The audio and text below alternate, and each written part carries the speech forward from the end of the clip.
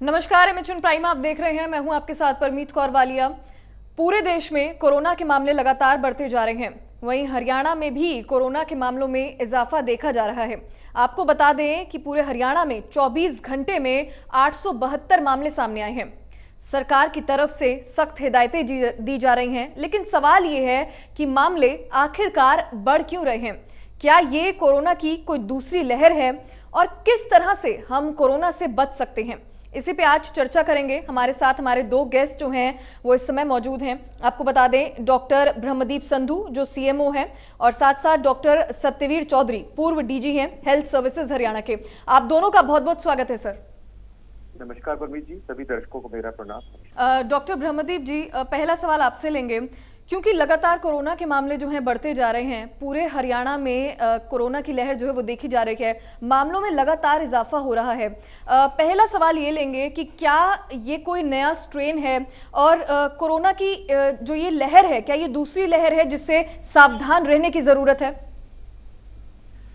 जी, मैं कहना चाहूंगा कि ये लहर एक बार, लहर का मतलब है कि एक बार की कोरोना की केसेस की बढ़ोतरी हुई, उसके बाद वो कम आ गए, उसके बाद अब दोबारा से फिर केसेस बढ़ने लगे हैं। तो ये कह सकते हैं कि दोबारा से लहर उठने लगी है, लेकिन ज्यादातर केसेस पुरानी स्ट्रेन के ही आ रहे हैं, नई स्ट्रेन नहीं आ रही है इस समय पर। पर सर, जिस तरह से ये मामले बढ़ रहे हैं, कहीं ना कहीं हमें सावधान रहने की जरूरत है। जी बिल्कुल, सावधान रहने की जरूरत है। जो विजिलेंस हम कह सकते हैं, जो मेडिकल विजिलेंस है वो लगातार जारी है। कुछ केसेस जैसे हम देख सकते हैं कि नवंबर के दिसंबर के बाद में केसेस कम होने लगे थे, और लेकिन उसके बावजूद भी प्रदेश के अंदर टेस्टिंग लगातार जारी है और केसेस जो है चाहे कम हो, नेग्लिजिबल हो, लेकिन उसके बावजूद भी सर्विलेंस इस चीज के लिए लगातार जारी रही है। और मास्क के चालान भी पहले बीच के अंदर कुछ समय कम हुए थे, लेकिन अब दोबारा देखा जा रहा है केसेस आ रहे हैं, मास्क के चालान भी एकदम से बढ़ाए गए। जी जी, डॉक्टर सत्यवीर जी, आपसे बात करेंगे।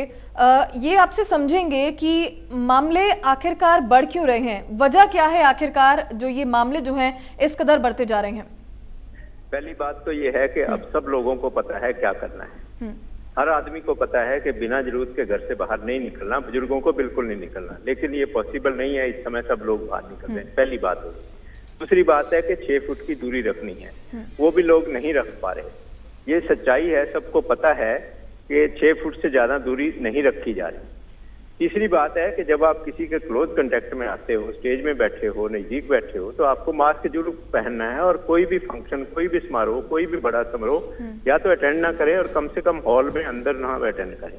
खुले में जो होता है तो कम रिस्क होता है।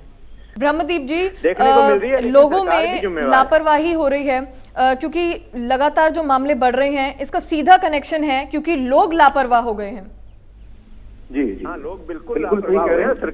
सरकार उनको जागरूक करने में असफल है, या सरकार खुद एग्जाम्पल सेट नहीं कर रही। मंत्रियों को और सभी बड़े अधिकारियों को एग्जाम्पल सेट करना है। जी जी, ब्रह्मदीप जी, लोगों में जो है लापरवाही देखने को मिल रही है। जी हाँ, मैं कहना चाहूंगा कि जो कोई भी बीमारी होती है उसका डायग्नोसिस होता है, जब हम हल्का सा उसके लेकर भय होता है तब समाज उसको लेकर सामने आता भी है और उसको लेकर प्रिकॉशंस भी बरतता है। इस समय क्योंकि भय का माहौल खत्म सा हो गया था या कम हो गया था, तो धीरे धीरे करके लोगों में प्रिकॉशन कम होने लगी। और जो एक टाइप से काफी महीनों से रुकावट थी कि फंक्शंस में नहीं जाना, होटल में नहीं जाना, वो सब लोगों के मन में जो रुकावट थी वो भी एक तरीके से बैकफ्लो होने लगी और लोग काफी मात्रा में बाहर निकलने लगे। और साथ के अंदर सबने ये मान लिया कि अब तो कोविड हमारे जिले में या हमारे क्षेत्र में नहीं होगा। और इस वजह से जो समाज है, जब तक समाज इस बात को नहीं समझे, या समाज में सभी लोग आ जाते हैं, जब तक हम सब लोग ना समझे कि हमें कोविड अप्रोप्रिएट बिहेवियर जो है वो लगातार जारी रखना है।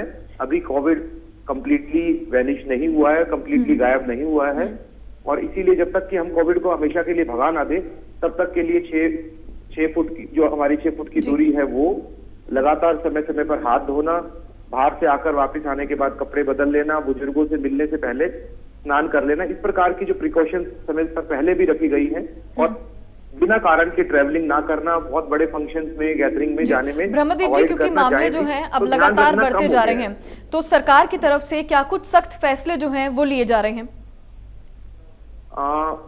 जी, मैं कहना चाहूंगा कि अभी हाल ही में परसों ही स्वास्थ्य मंत्री जी की तरफ से निर्देश आया है कि कमेटी बनाई गई है जिसमें हर जिले के अंदर जो deputy commissioner, police, SP and CMO की तरफ से टीम्स हैं जो कि हर फंक्शन में जाकर देखेंगी कि वहां पर कोविड एप्रोप्रिएट बिहेवियर रखा जा रहा है कि नहीं रखा जा रहा है। इसी प्रकार से माननीय मुख्यमंत्री जी की तरफ से भी निर्देश समय समय पर आ रहे हैं। कल भी समय पर वीसी रखी गई थी और उसमें फैसले लिए गए कि लगातार टेस्टिंग को हमने बढ़ाकर रखना है और अगर कोई भी केस ऐसा हो जिसको कोविड हो रहा हो, हम उसको अर्ली डिटेक्ट कर लें और उसकी कांटेक्ट ट्रेसिंग पर पूरा ध्यान रखें।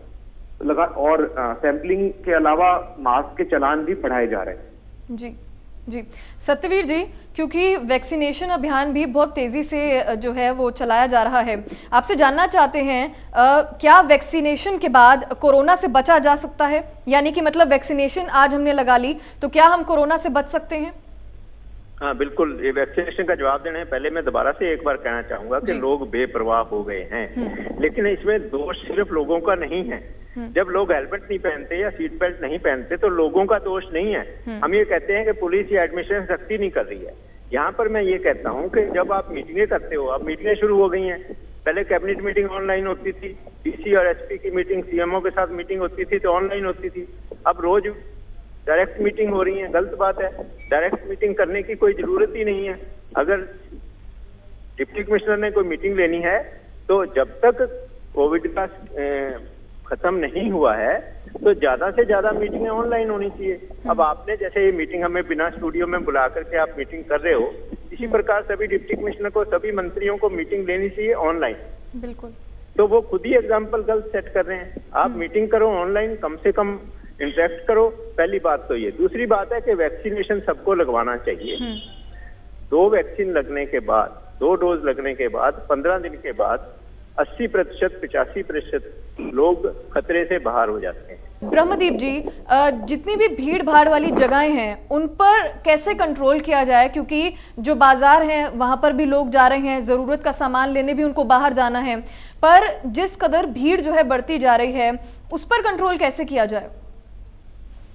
जी, मैं कहना चाहूंगा कि हमारा पर्पस जो है वो ये है कि कोविड स्प्रेड ना हो। अगर कोई केस ऐसा है जिसको कोविड के सिम्टम्स हैं तो लगातार जागरूकता इसके लिए बारे में करने की आवश्यकता है। जागरूकता आईसी मटेरियल्स के माध्यम से, बैनर के माध्यम से की जाती है, लेकिन मुझे लगता है जागरूकता के अंदर सबसे बड़ा जो रोल प्ले करता है वो मीडिया ही प्ले करता है। इसीलिए इस प्रकार की आज जैसे प्रोग्राम जो है वो जागरूकता में एक इम्पोर्टेंट रोल प्ले करते हैं और समाज के अंदर इस बात का मैसेज जाए। जो भीड़ तो हमारे देश की जो आबादी है वो तो बहुत ज्यादा है ही, लेकिन जो भीड़ है अगर हम सब इस बात को समझ लें कि जब जरूरत हो तभी बाहर निकले और बिना कारण हम घूमने फिरने के हिसाब से बाहर ना जाएं। शॉपिंग भी करनी तो ऐसी कोई बात नहीं कि सिर्फ एक ही दुकान है वहीं से सब कुछ खरीदना है। उन दुकानों पे जाएं जहां पर भीड़ कम है। अगर एक भीड़ वाले स्थान पर हम शॉपिंग करने के लिए जाते हैं तो वो भी खतरे को बुलावा देने जैसी बात है। और साथ में ये भी कि जब भी हम बाहर निकलते हैं तो वापस आकर जरूर सैनिटाइज करें। जी जी जी, ब्रह्मदीप जी, जिस तरह से आपने बोला कि कोरोना की जो ये दूसरी लहर है, पहले मामले जो है बढ़ रहे थे, फिर मामले जो है अब धीरे धीरे कम होने लगे, फिर अब एकदम से मामलों में उछाल जो है वो देखा जा रहा है। लापरवाह लोग हो रहे हैं, मास्क पहनना लोग भूल गए हैं। क्या कारण है? क्योंकि क्या लोगों में कोरोना को लेकर डर खत्म हो गया है? क्यों लोग मास्क अब नहीं पहन रहे? या फिर से जो सरकार है उनको एक्शन लेना चाहिए और मास्क जैसे पहले था कि मास्क नहीं पहनेंगे तो जुर्माना लगाया जाएगा, वैसा ही जो एग्जाम्पल है वो फिर से लोगों को जो है लोगों के लिए लाना पड़ेगा, तब भी शायद लोग मास्क पहनेंगे? जी, दो पहलू होते हैं किसी भी कार्यक्रम को सफल बनाने के लिए। एक, प्रोत्साहन देना कि जो लोग मास्क का प्रयोग कर रहे हैं उनको प्रोत्साहित किया जाए, जागरूकता और ज्यादा की जाए। और दूसरी बात ये रोल मॉडल वाली बात भी है कि हम रोल मॉडल के तौर पे जितने भी लोगों के लिए रोल मॉडल बन सकते हैं वो मास्क पहनकर बाहर निकले। साथ के अंदर प्यूनिटिव एक्शन भी है कि अगर लोग मास्क नहीं पहन रहे, भीड़ भाड़ वाले स्थान पर, पब्लिक प्लेस पे कोई बिना मास्क के मिलता है तो उनके चालान किए जाने चाहिए और किए भी जा रहे हैं। सत्यवीर जी, क्योंकि मामलों में लगातार इजाफा देखा जा रहा है, आपसे जानना चाहते हैं कि किस तरह से कोरोना को रोका जाए? पहली बात तो है सरकार को ये मानना होगा कि लोग लापरवाह हो गए हैं। पहले तो सरकार मानती नहीं है। आप सब्जी मंडी में चले जाओ, आप किसी फंक्शन में चले जाओ, वहां पर कोई प्रिकॉशन नहीं ली जा रही, कोई सैनिटाइजर यूज नहीं किया जा रहा, लोग मास्क नहीं पहन रहे और सबको पता है। पहले हमें ये बात सरकार को माननी होगी कि लोग बेपरवाह हो गए हैं, और जब मानने के बाद फिर उसके पर कार्रवाई करने की सोची जाएगी। सरकारी फंक्शंस में ही सैनिटाइजर गेट पे नहीं अवेलेबल होते, जो 4 महीने पहले अवेलेबल होते थे। सरकारी ऑफिस में सैनिटाइजर अवेलेबल नहीं होते, लोग पास में बैठे होते हैं, जहां बैठने की पास जरूरत नहीं होती तो भी पास बैठे होते हैं। तो ये सब चीजें और ज्यादा मोटिवेशन करनी पड़ेगी। और जैसे स्विमिंग पूल खोल दिए गए हैं, सिनेमा हॉल खोल दिए गए हैं, जो चीजें अवॉइड हो सकती हैं, सिर्फ नाइट कर्फ्यू अच्छी बात है, नाइट कर्फ्यू, लेकिन सिर्फ नाइट कर्फ्यू ही हल नहीं है। जो भीड़ भाड़ बड़े क्षेत्र हैं, स्विमिंग पूल है या ब्यूटी क्लिनिक है, जो चीज अवॉइड हो सकती है उस पे कंटेक्ट कम से कम किया जाए तो अच्छा होगा। बिल्कुल बिल्कुल। ब्रह्मदीप जी, आगे किस तरह के एक्शन जो है वो हरियाणा सरकार ले रही है लोगों को जागरूक करने से लेकर क्या क्या नई जो हिदायतें हैं वो जो है लगाई जा रही हैं?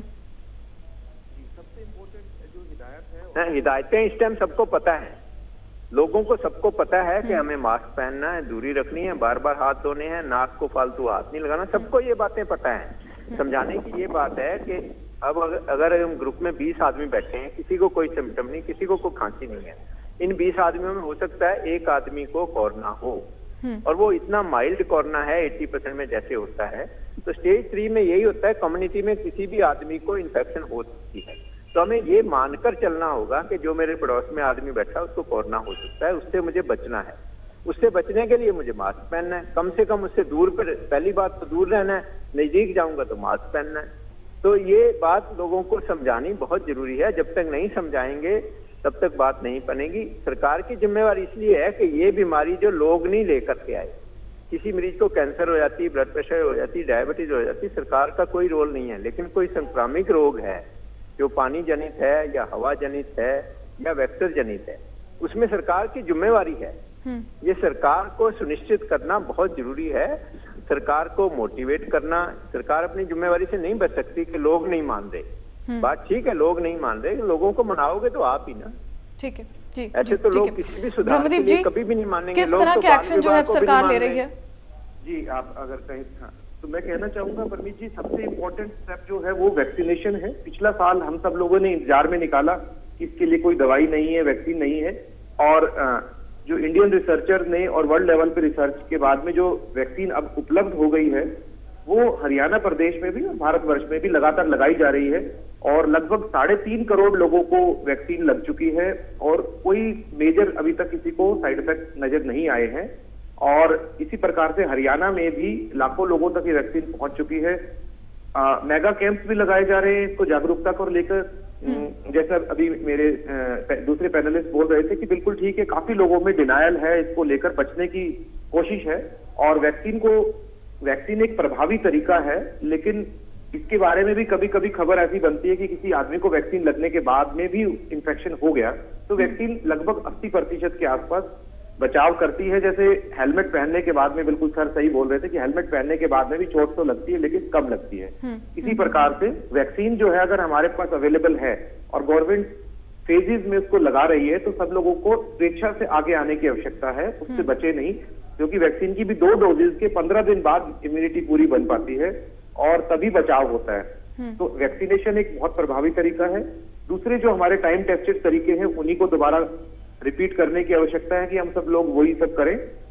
और क्योंकि हम सब लोग अपने समाज, अपने परिवार से और स्वयं से सब लोग बहुत प्यार करते हैं, तो बिना कारण बाहर ना जाएं। क्योंकि बाहर जाने पर खतरा तो है, दूसरे किसी भीड़ भाड़ वाले प्लेस पर जाकर खतरा हो सकता है, और वापस आने पे अपने परिवार के सदस्य को भी हम वो बीमारी लेके आके लगा सकते हैं।